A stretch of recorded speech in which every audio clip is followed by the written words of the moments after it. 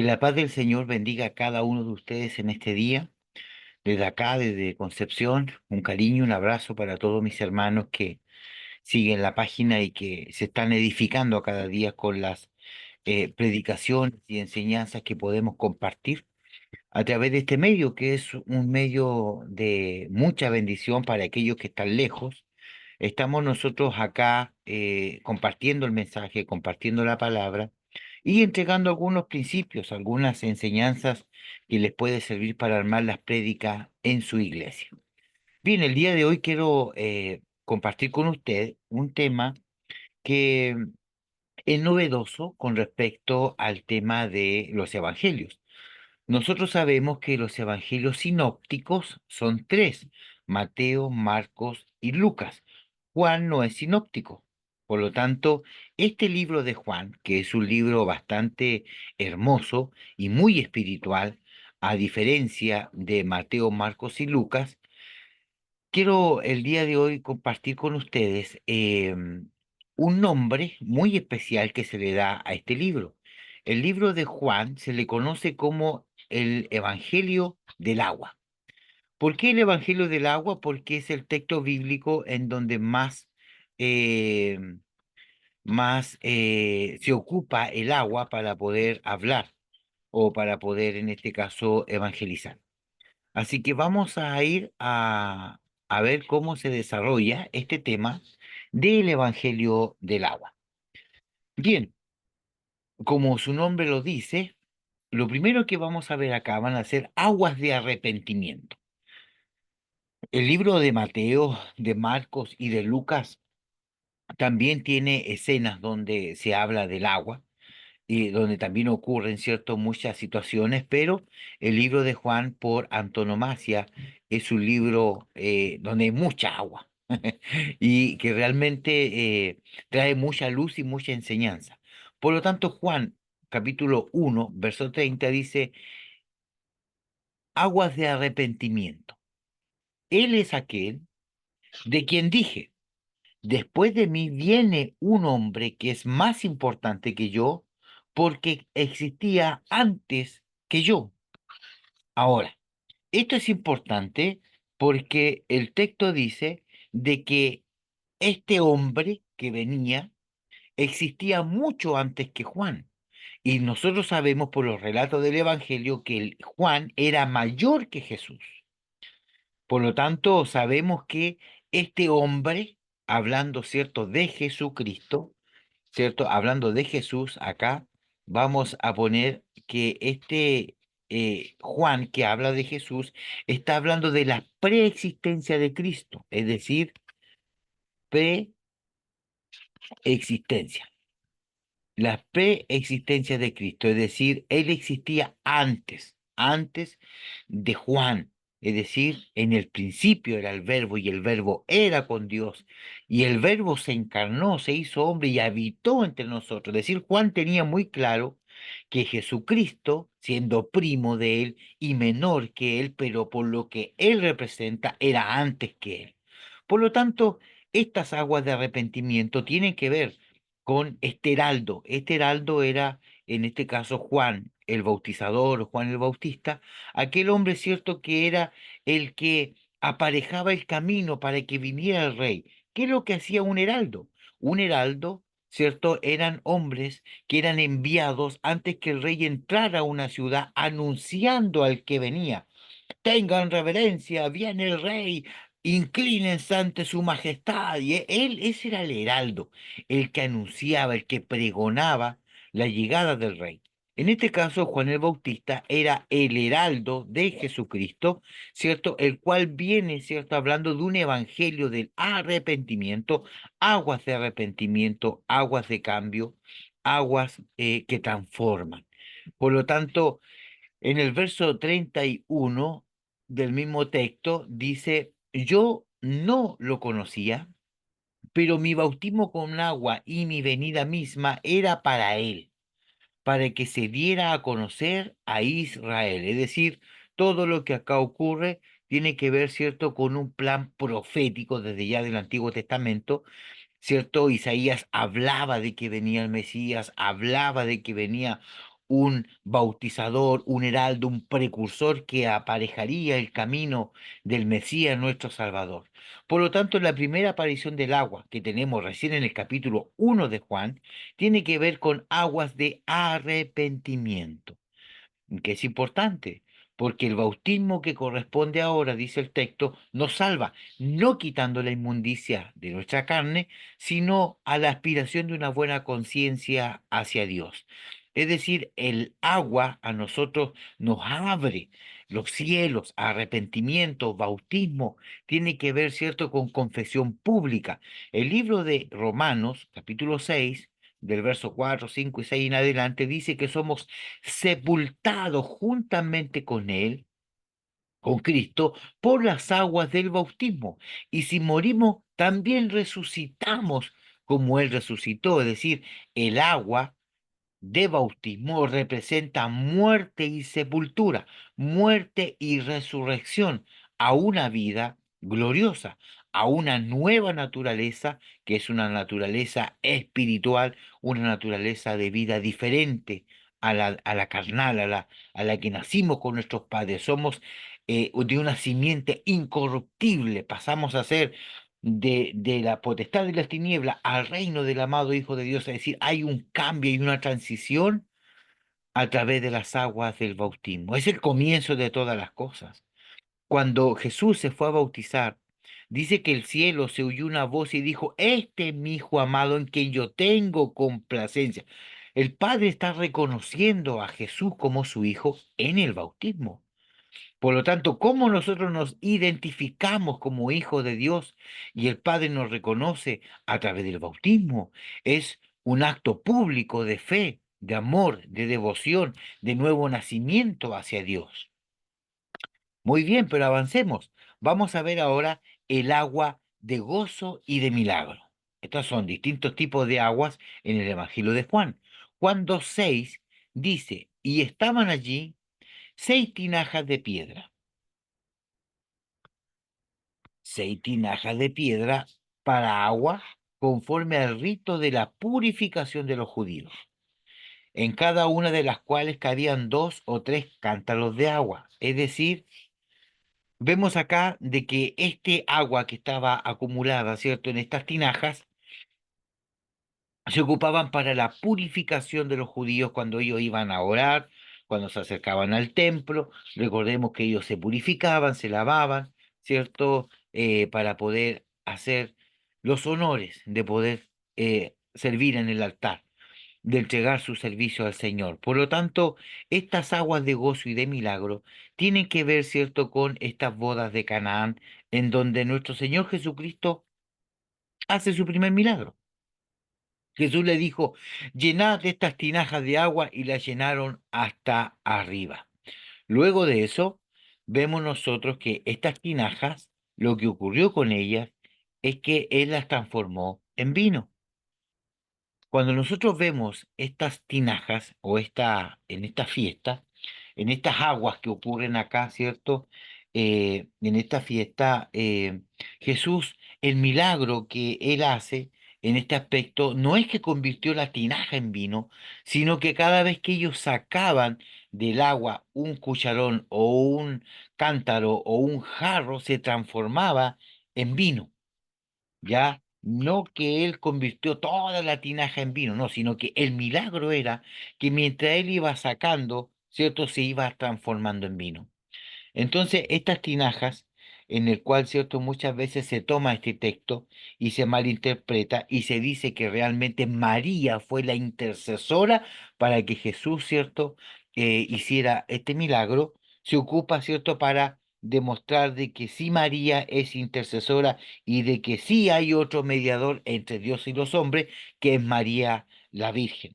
Entonces, ojo con eso, nosotros tenemos que tener mucho cuidado cuando hablamos o cuando compartimos, ¿cierto? Eh, el tema de María. Ya recuerde que la Iglesia Católica la mira como la Teotocos, la Madre de Dios. Así que bueno, dentro de esta agua, en una versión tradicional, es decir, la Reina Valera, eh, dice de que el Señor sacó de estas tinajas en esta boda de Canaán vino y el maestresal y todos los que estaban él le decían, pero ¿cómo tú puedes dejar el mejor vino para el final? Porque era lo mejor de lo mejor. Entonces, estas aguas de gozo, de milagro, de alegría, ¿cierto? Que ocurran en estas bodas, ocurren justamente en los primeros capítulos del libro de Juan, que tiene que ver con esta agua de gozo y de milagro. Solamente Dios puede hacer esto. Nosotros vemos cómo las aguas, ¿cierto?, en Egipto se transformaron en sangre. Como Moisés, una de las señales que tenía para que el pueblo reconociera que era enviado del Señor, eran tres. Una, que la mano se meta aquí en el pecho, ¿cierto?, y salga leprosa. Segundo, que la vara que él llevaba se transforma en serpiente, en culebra. Y tercero, ¿cierto?, que el agua se convertía en sangre. Entonces vemos acá de que estas aguas de milagro y aguas de gozo son usadas porque el agua es una fuente de vida. ¿Y qué es lo que hace Cristo? Trae alegría, trae gozo, trae vida a esta fiesta que estaban todos tristes porque se le había acabado el vino. Muy bien, aguas de gozo y de milagro. ¿Cuál fue el milagro? Que Él transformó esta agua en vino. Muy bien, como punto número 3, vamos a ver aguas de nuevo nacimiento. Todo esto en el libro de Juan. Juan capítulo 3, en el verso 3 dice, respondió Jesús y les dijo, de cierto te digo, que el que no naciera de nuevo no puede ver el reino de Dios.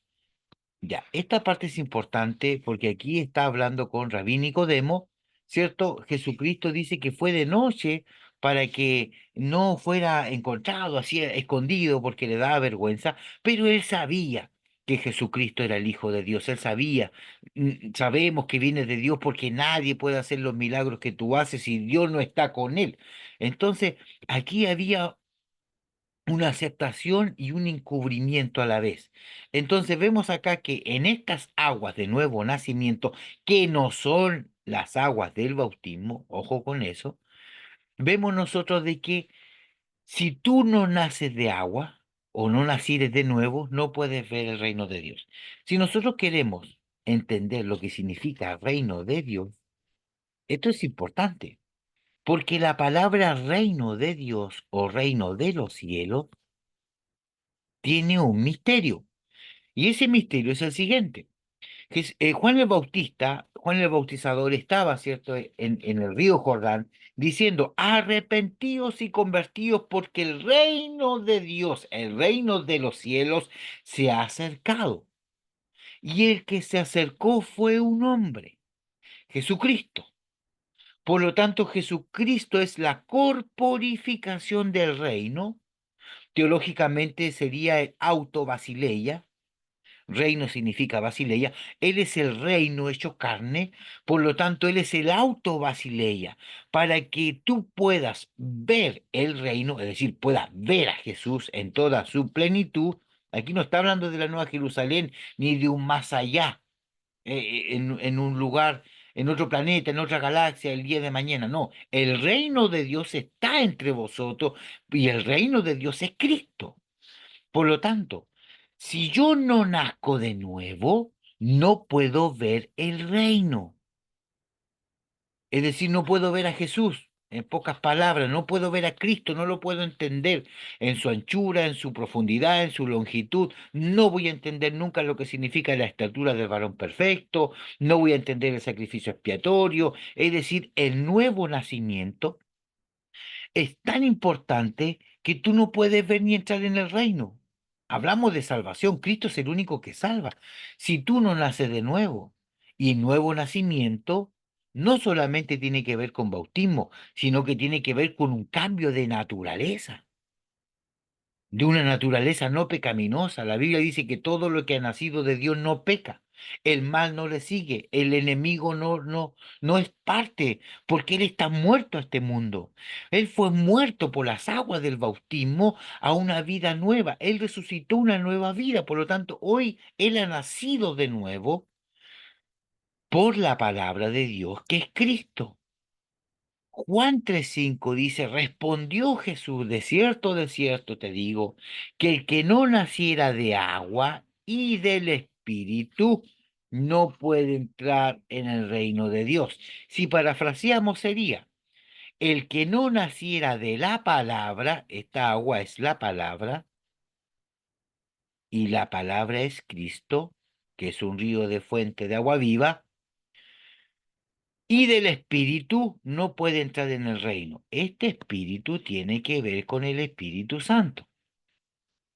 Entonces, el que no nace de Cristo, de la palabra, del agua, y el que no nace en el Espíritu Santo, ¿cierto? Que es derramado, sobre todo aquel, dice el libro de Hechos, capítulo 1, y recibiréis poder cuando haya venido sobre vosotros el Espíritu Santo y me seréis testigo.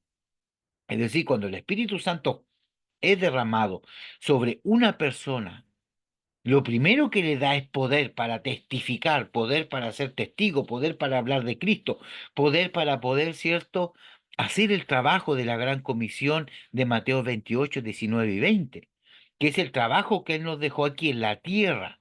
Él muchas veces da ejemplo en la escritura que el sembrador, el dueño del fundo, se fue a un viaje y dejó a sus encargados, a unos con unos talentos, otros con otros talentos, otros sin talento, y cuando él volviera iba a ver cómo estaba. Esto es lo mismo. Es lo mismo. Jesús, después que resucita, se junta con sus discípulos en Mateo 28 y le entrega un trabajo. Le dice: id por todo el mundo, gran comisión, predica el evangelio, bautízalos, discipúlalos, fórmalos. Ese es el trabajo. Cuando Él vuelva, va a pedir cuenta. Yo te pregunto, ¿cuántas almas tú has llevado a los pies de Cristo el día de hoy? En este año 2024. Estamos en septiembre. Hoy estamos a 15 de septiembre del 2024. ¿Cuántas almas tú has llevado a los pies de Cristo este año o el año anterior? Si tu respuesta es ninguna, estamos al debe. Hay un trabajo que tenemos que hacer. La gran comisión no tiene que ver con que no, el evangelista nomás lo hace. No, todos nosotros tenemos que ser testigos y hombres fieles en nuestro trabajo, en la escuela, en el liceo, en la universidad, con los amigos, con la familia, donde quiera que estemos, ser luz y traer almas a los pies de Cristo, que ese es nuestro verdadero trabajo. Caramba, a veces nosotros, hermanos, solamente vamos a la iglesia y nos congregamos, vamos y venimos, y no hacemos nuestro trabajo. Es por eso que cuando Dios venga y nos pida una cuenta, ¿qué cuenta le vamos a dar? La gran comisión es un trabajo que Dios nos dejó. Él se fue y nos dejó un trabajo. Y ese trabajo tenemos que hacerlo hasta cuando Él vuelva o hasta cuando cerremos nuestros ojos y decir: Señor, de todo lo que tú me diste, aquí está. Este es el trabajo. Enseñé el reino de Dios, enseñé tu palabra, 10, 20 se convirtieron, los discipulamos, 10 están en la iglesia y se están multiplicando. Gloria a Dios. Hay un trabajo que hay que hacer. Y si no lo estás haciendo, es porque todavía tú no has nacido de nuevo. Porque el nuevo nacimiento es un cambio de naturaleza. El nuevo nacer significa que ya las cosas viejas pasaron, son todas hechas nuevas. Un plan nuevo, un principio nuevo, un trabajo nuevo, un hablar nuevo, un caminar nuevo, un traje limpio nuevo. Ahora somos embajadores del reino, somos ministros competentes de un nuevo pacto. Hoy día la palabra de Dios, ¿cierto?, fluye como un río sobre nuestra vida para compartir a aquel que nos salvó. Por lo tanto, es necesario que tú y yo entendamos de que hay un trabajo que hay que hacer. Y no le echemos la culpa a los pastores, los evangelistas, los profetas, los ministros, porque este es un trabajo para toda la iglesia, toda la iglesia. Aguas de nuevo nacimiento. Si realmente no estás seguro si has nacido de nuevo, busca hacia abajo los videos que están en esta página porque hablo del nuevo nacimiento y cómo nacer de nuevo, que es importante. Vamos a ver otro punto, el agua viva. Esta agua viva tiene que ver con Juan 4:13. Respondió Jesús y le dijo: cualquiera que bebiere de esta agua volverá a tener sed. Mira qué importante. Mas el que bebiere del agua que yo le daré, no tendrá sed jamás, sino que el agua que yo le daré será en él una fuente de agua que salte para vida eterna. Aquí hay varios puntos que vamos a analizar. Primero, aquí Jesucristo está haciendo una comparación, una similitud entre un agua natural, dice cualquiera que bebiera de esta agua del pozo, un agua natural, a una agua espiritual. Dice, más el que bebiere del agua que yo le daré, es el agua espiritual, no tendrá sed jamás, sino que el agua que yo le daré será en él una fuente de agua que salte para vida eterna. Vida eterna significa salvación. Y si es eterno, es eterno. Entonces, esta agua viva, que es su palabra. Mis palabras son espíritu y son vida, dice el Señor. Si mi palabra mora en vosotros, de tu interior brotarán ríos de palabra de agua viva. La palabra de Dios en la escritura tiene muchas similitudes, se podría decir que sería como una palabra polisémica. Una palabra polisémica es una palabra que tiene múltiples significados siendo la misma palabra. Por ejemplo, la palabra almendra. Almendra es una fruta o un fruto, pero también se puede ocupar para un nombre, ¿cierto? O para un color. ¿Qué color es? Es un color almendrado. Entonces ahí tenemos una palabra polisémica. Otra palabra polisémica es la palabra templo o iglesia. Una iglesia es un templo. Un templo también es un lugar físico, templo también somos nosotros, templo también, ¿cierto? Puede ser el Mishkan, el tabernáculo de Moisés en el desierto, es decir, templo tiene o iglesia tiene muchos significados.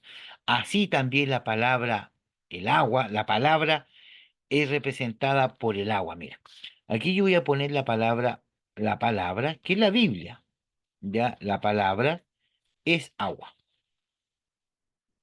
La palabra de Dios es miel. Dice, mi palabra es como miel a vuestro paladar. La palabra es luz, luz, lumbrera, ¿cierto? A mi camino es tu palabra. La palabra también es el martillo que golpea la peña. Es el martillo. La palabra también es la roca. La palabra es espíritu. Mis palabras son espíritu y son vida. La palabra es vida. Es decir, la palabra tiene mucho significado. No crea que la palabra solamente es palabra. La palabra también es la espada. Entonces, ¿y de dónde saca el pastor de que el agua es la palabra? El agua es la palabra. Lo que salta para vida eterna, esa agua que Él te dará es una fuente, porque del corazón, de lo que guarda tu corazón, de eso habla la boca. Si esa fuente está llena de Dios, eso es lo que tú vas a hablar. Por lo tanto, esta agua viva se nota, ¿cierto? Porque cuando tú hablas, lo único que fluye de tu vida como río es palabra de Dios. Escucha a la gente que está a tu alrededor y vas a ver qué es lo que fluye a través de él. Fútbol, deporte, pelota, hípica, hombres, mujeres, puro trabajo, ni se preocupan de la familia.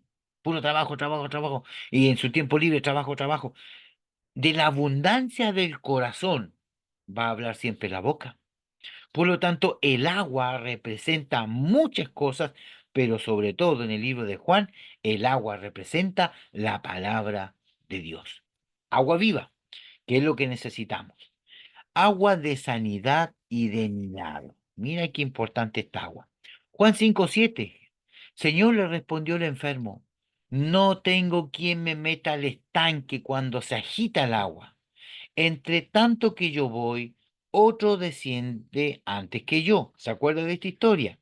Esta es la historia del paralítico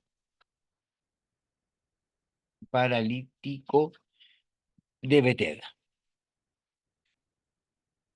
Aquí tenemos nosotros este paralítico que llevaba 38 años, ¿cierto? Ahí, y dice que cuando él quería entrar al agua, cuando veía ese ángel que venía a mover las aguas, dice, porque un ángel, es decir, un mensajero, la palabra ángel significa mensajero, sería un malach, malach en hebreo, y sería eh, un mensajero. Sí, malach es un ángel en hebreo y sería ángelo o ángelo en griego, que es un mensajero. Un ángel es un mensajero, porque un mensajero descendía de tiempo en tiempo al estanque y agitaba el agua.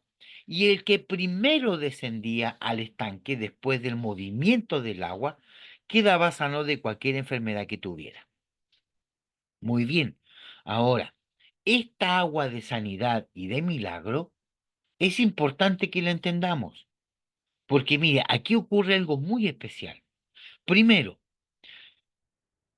este hombre que estaba en el estanque, ¿cierto? Enfermo durante mucho tiempo, ¿cierto? Ya estaba acostumbrado a su condición y él veía, porque dice, cada vez que venía el ángel, uno bajaba antes que yo. Él iba, pero alguien le ganaba. Es decir, él veía como otros eran sanados, él veía como otros llegaban primero, él veía como otros recibían la bendición y él no, él veía, cierto, como otros eran sanos y él no, por una limitación, una situación que él tenía, no podía llegar primero, por lo tanto, él era paralítico, tenía problemas de movilidad, pero no era ciego y no era sordo.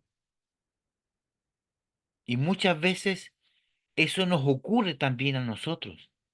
Nosotros vemos cómo otros son bendecidos, cómo otros Dios los sana, cómo otros tienen respuesta, cómo otros tienen la casa y el auto que a lo mejor yo estoy pidiendo por años, cómo otros son usados, cómo otros les dan oportunidad para predicar, a otros para coordinar y yo que llevo en la iglesia no me dan la oportunidad. Entonces, siempre cuando nosotros miramos el trabajo o lo que hace el otro, hay una aflicción en nuestra alma y en nuestro espíritu. Entonces nosotros vemos cómo otros prosperan, cómo otros reciben su milagro. Y nosotros muchas veces quedamos atrás, atrás, atrás, atrás. ¿Cuánto tiempo a lo mejor llevas en la iglesia? 10, 15 años y uno que lleva 2, 3 años ya está predicando y tú todavía no. Otros ya tienen cargos, puestos, diáconos, no sé, oficiales y tú todavía no. ¿Cuántos hombres a lo mejor y mujeres que tú conoces que llegaron después que tú? Y están puestos en lugares de honra y sirviendo al Señor. Entonces este hombre tenía una profunda depresión, un profundo eh, pesar y malestar. Y cuando Jesús se acerca, siendo él el del milagro, el que sana y todo, este hombre paralítico no le dijo, ¿qué quiere? Jesús le dijo, ¿qué quieres que haga contigo? ¿Qué necesito? No, que no tengo que me meta. ¿Por qué no le dijo Jesús, quiero ser sano? Porque tenía en su mente que la única forma de ser sanado era a través del estanque. Y Jesús, el milagro, estaba al lado y no se había dado cuenta. A veces tú estás al lado de tu milagro, hermano. Hermana, al lado de tu milagro y a veces tu milagro te está hablando, pero tú estás pensando en la otra forma. Dios tiene múltiples formas de hacer las cosas. Efesios 6:4 dice que la multiforme sabiduría de Dios es dada a conocer desde la iglesia hacia los principados y potestades. Es decir, Dios tiene muchas formas de hacer las cosas. Este hombre conocía solo el estanque. Jesús estaba a su lado, podía sanarlo en un abrir y cerrar de ojos. También podemos mirar esta enseñanza como que a veces esperamos que venga un evangelista a la iglesia a mover el agua para recibir la sanidad, no sabiendo que Dios está todos los días en tu iglesia a través de la palabra y un sermón que se predica. No, hoy viene el gran evangelista, el gran pastor de allá de no sé de dónde y toda la iglesia se llena, van a buscar su milagro, a esperar que el ángel agite el agua, no sabiendo que Dios está todos los días en tu iglesia. pero tú no vas con esa actitud y con ese deseo de recibir tu milagro, sino quieres ir a ver qué pasa cuando se agita el agua. Jesús está al lado tuyo, hermano. Cristo está en tu vida. Cristo está al lado, en medio, en todas partes. Y puede recibir tu milagro en cualquier momento. No necesitas que venga un mensajero, ni un ángel, ni nada, porque Él está ahí. Solamente tienes que pedir, clamar, relacionarte con Él y decirle, Señor, yo necesito que me saque de esta condición, que me abras esta puerta, porque yo creo que tú eres un Dios poderoso.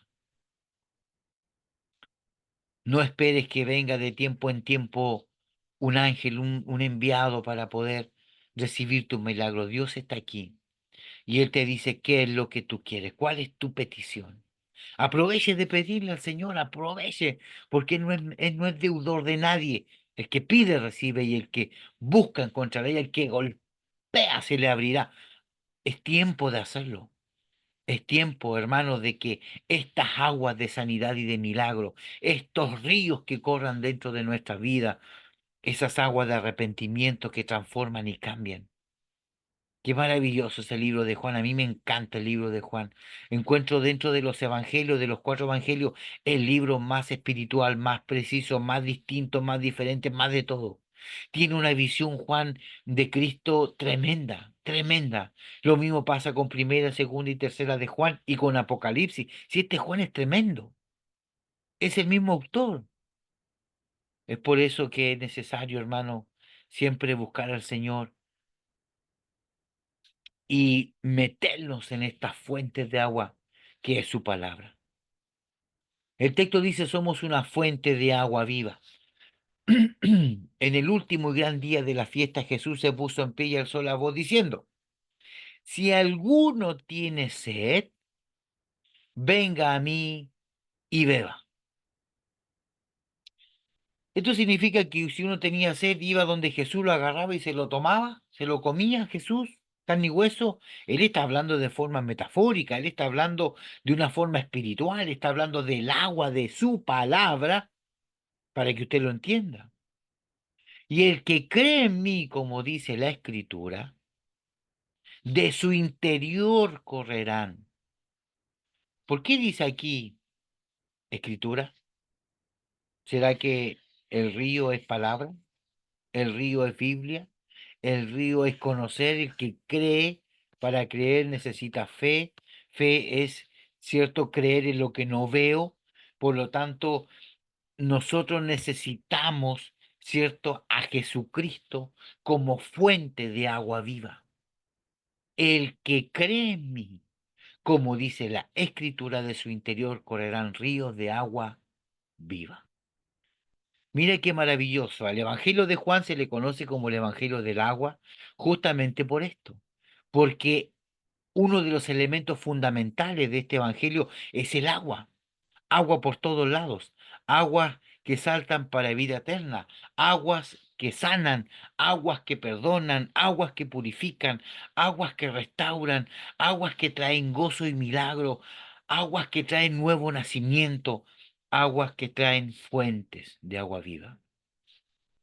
Qué lindo y maravilloso es encontrarse con un hermano en la iglesia o en cualquier lugar, caminando en cualquier parte, y que cuando él habla es como un río de Dios que te inunda, te llena, te bendice. Esos hermanos que tú conoces que son hermanos vitamina, hermanos que te levantan, que te apoyan, te tiran para arriba cuando uno está mal, decaído.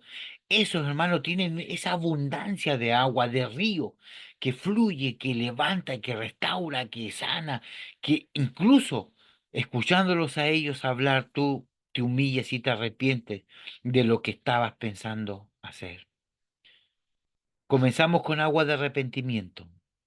Yo no sé lo que necesitas tú hoy en día, pero si necesitas restaurar tu relación con Dios, inclina tu rostro y llora al Padre.